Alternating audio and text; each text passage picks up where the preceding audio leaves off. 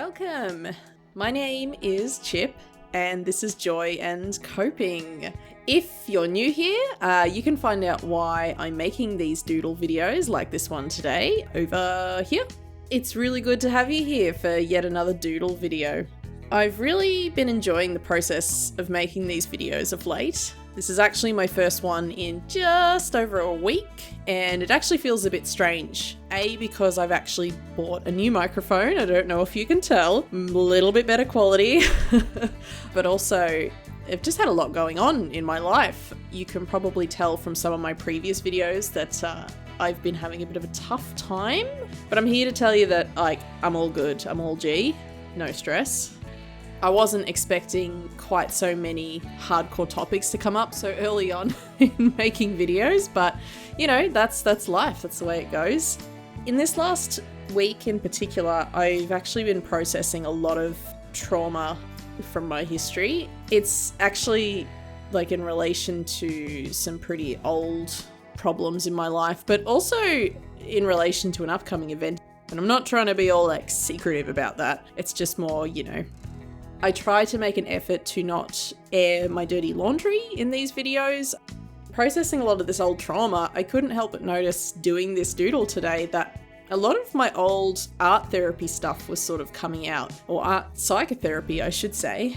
So again, I think I mentioned it in a previous video, but I actually started doing, I think it was just an undergraduate degree in art psychotherapy back in 2021.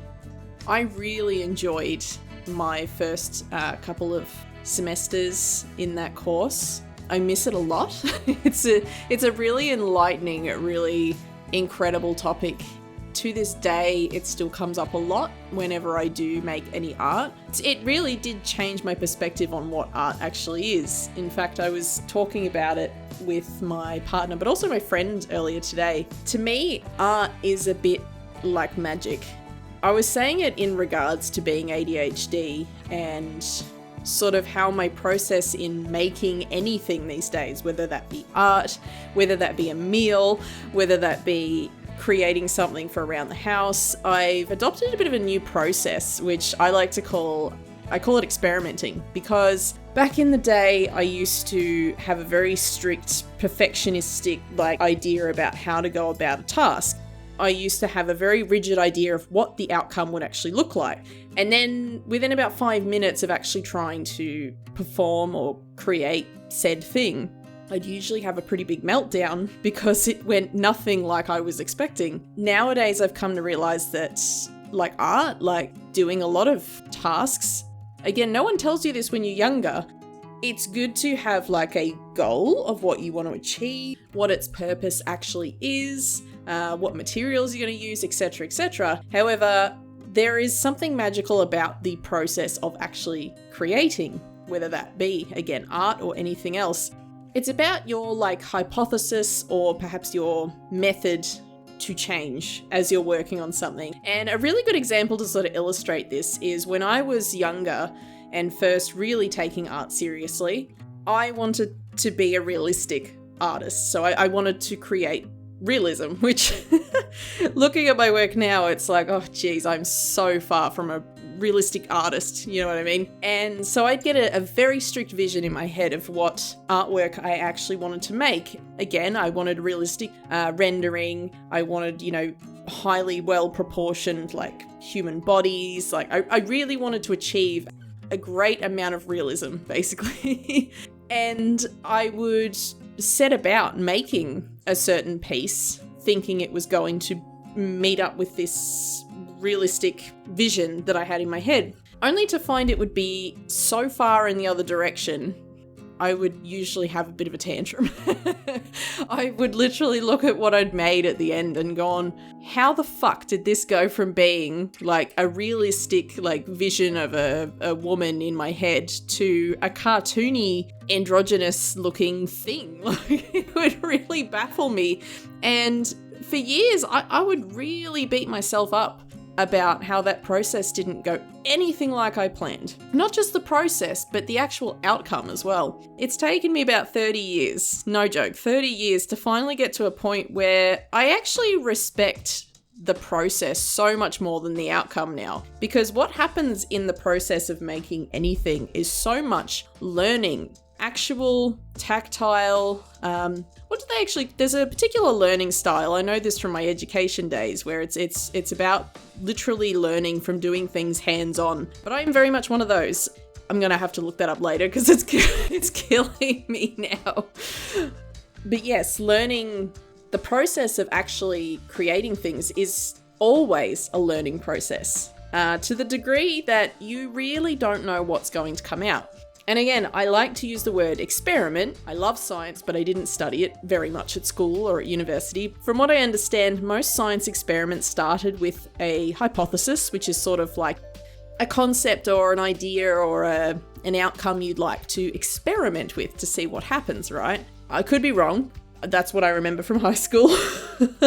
And then you'd create your method. You'd have your your parameters for how to actually execute that experiment, your ethics, etc., etc. Then you'd kind of perform the experiment and go, okay, let's actually see what happens. And a lot of the time, not always, because there are things like bias, and the experiment will not come to a conclusion that you actually expect. In fact, in most cases, it's good to go about doing an experiment expecting something completely other than what you were setting out to do, or setting out to achieve or prove a point of. I'm explaining this very poorly, but I think you get the idea.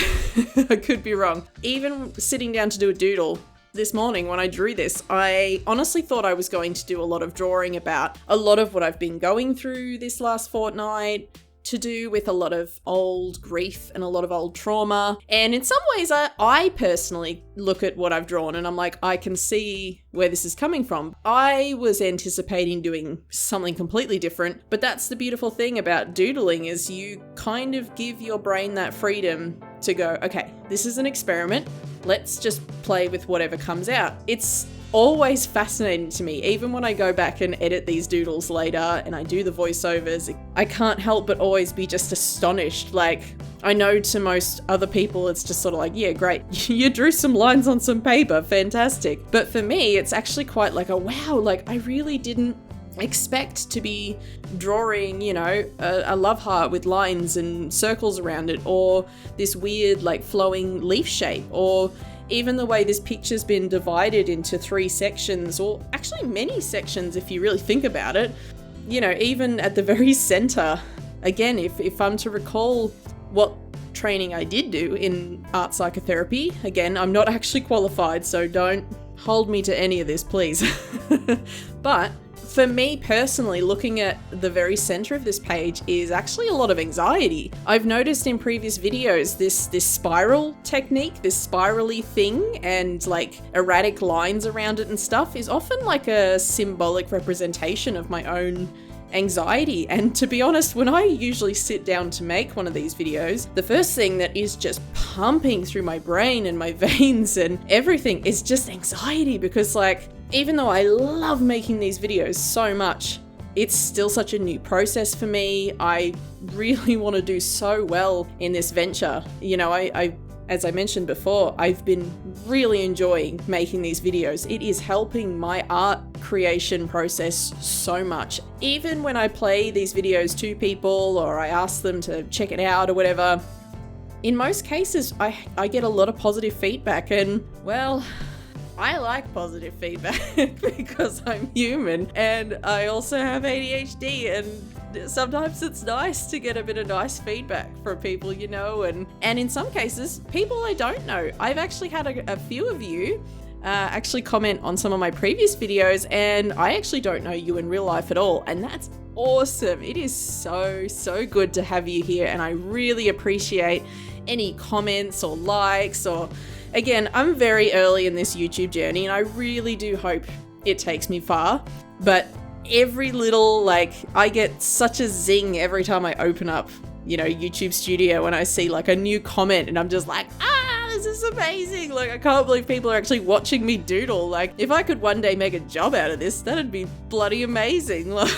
But again, as I've said to my partner so many times, and look, I will probably reflect back on a lot of this in a future video. My goal right now is actually to make 10 videos, and this is number 7, so I think I'm doing pretty bloody well. You know, I really want to take this YouTube thing seriously.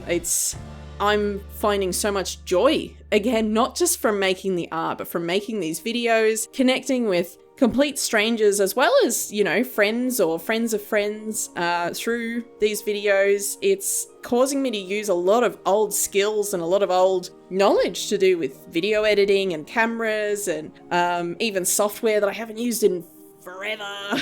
But more than anything, it's getting me to make art. It's actually giving me reason to want to pick up those pencils and make something. So I'm so glad that you were here for this one today. And I just want to thank you for being here, and thank you for any future videos you watch. You lot are awesome. I'll see you in the next one. Cheers.